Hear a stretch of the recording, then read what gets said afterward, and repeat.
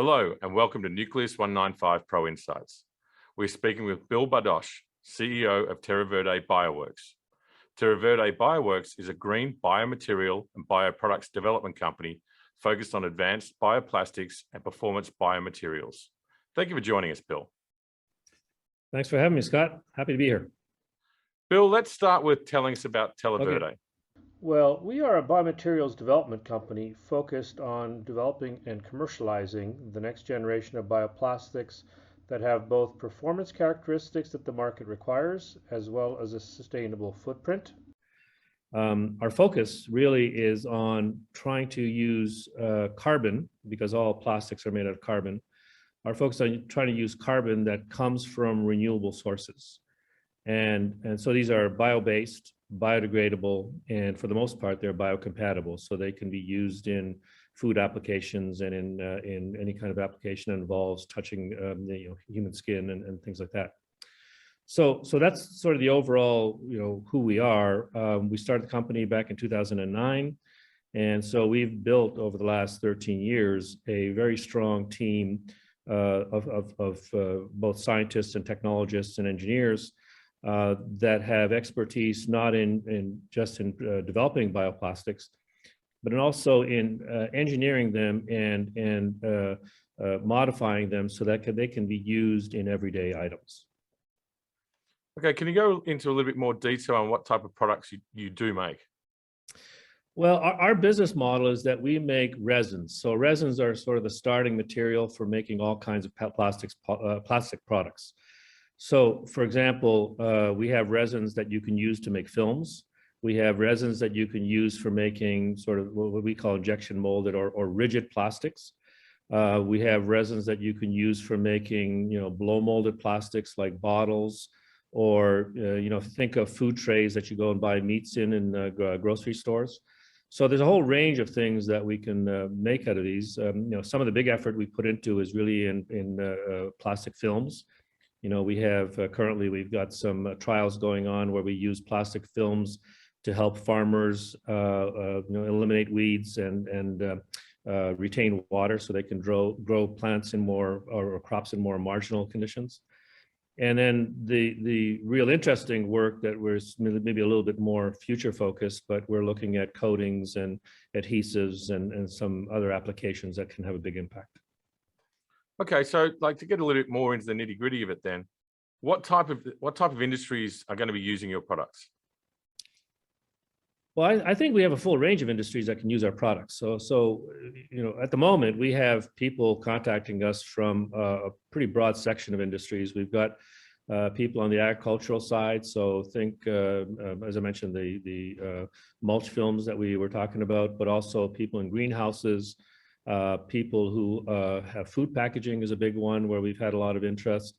If you think of applications where they're making specific rigid products, for example, plates or forks or straws or things of that nature.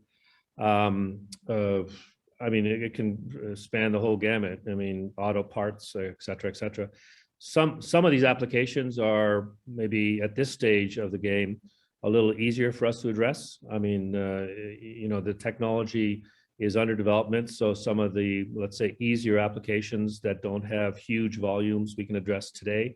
Some of the larger applications that are going to have massive volumes we're working our way towards over the next few years. So we've got customers at all stages of development where we're working with, and everybody's got their own particular needs and everybody's got their own particular scale. And are your products more expensive than plastics that are currently used today? Well, that's an interesting question. The immediate answer is yes. The more detailed answer is yes, but they're sustainable and they're made from sources that are do not pollute, for example. So we're not producing them from oil. And I think when you talk about cost, the question really comes down to what is the cost today? Right now we have limited production capacity, but as we scale this up, we believe that the cost will come down. Well, we know it'll come down, but we also believe that there's going to be a different cost structure down the road when people start realizing that all the plastics that we use today just can't keep coming from petroleum. And so I think there's going to be an acceptance that somewhere along the line you meet in a happy medium. And pretty much every customer that we have today accepts the fact that the cost is going to rise. Now, the question is by how much? And we're doing our best to try to minimize that and drive our costs down as much as possible. And overall, we have a pretty good cost model. So, we'll be at a reasonable competitive price 3-4 years from now. And you mentioned competitors there. Like, who are the competitors in the space? Well, there's a number of competitors in the space, depending on how you define the space. So the first cut of that is how many different kinds of bioplastic or biomaterial technologies are there. And you can start with starch, for example, which if you think of a plastic cup and you pour hot water into it, it melts in your hand. That's starch. I mean, you can get that from potatoes and a number of other sources. Those kind of plastics are good for very low performance applications. Then you've got other bioplastics that come from, they're more composite materials that come from wood waste or sort of more agricultural fibers. And those are good again for certain applications, but they tend to be more expensive, more difficult to mold. Our bioplastics are, in terms of performance and in terms of processability, are very similar to the plastics that the industry uses today that come from petroleum. And these are called thermoplastics. In terms of that particular market segment, so bio-based thermoplastics, there's probably about a dozen competitors around the world of any substance. And there's a number of companies in Asia that are getting up to speed. There's a couple here in the US and Canada. There's a few over in Europe.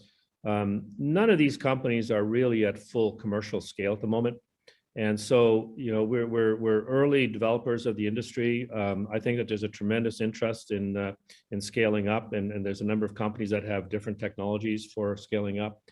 But the bottom line is, if you took every single bioplastics company like us, and if you gave them all the money in the world and they established huge manufacturing facilities, it would still be a drop in the bucket towards the full demand for petroleum-based plastics.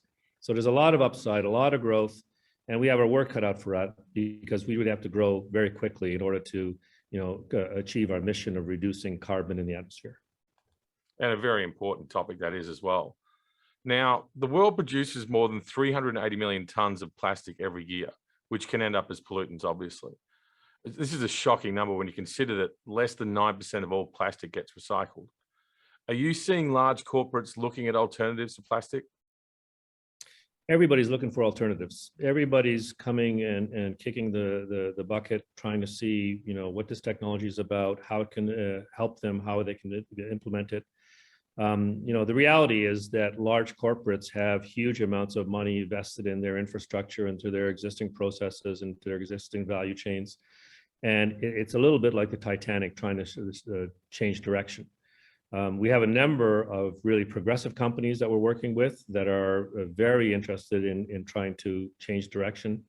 We have other ones that are, looking at what we have. We have a number of key partnerships that we've established with some leading companies. And so there's a lot of work going on, but it does take a while to, shift that ship and getting on a new direction.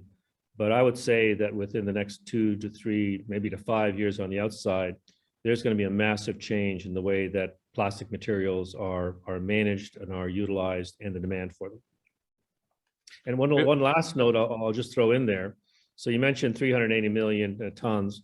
There's been a number of studies out that something like 10 to 15% of all those plastics are really amenable very nicely to the type of technology we have in the short term.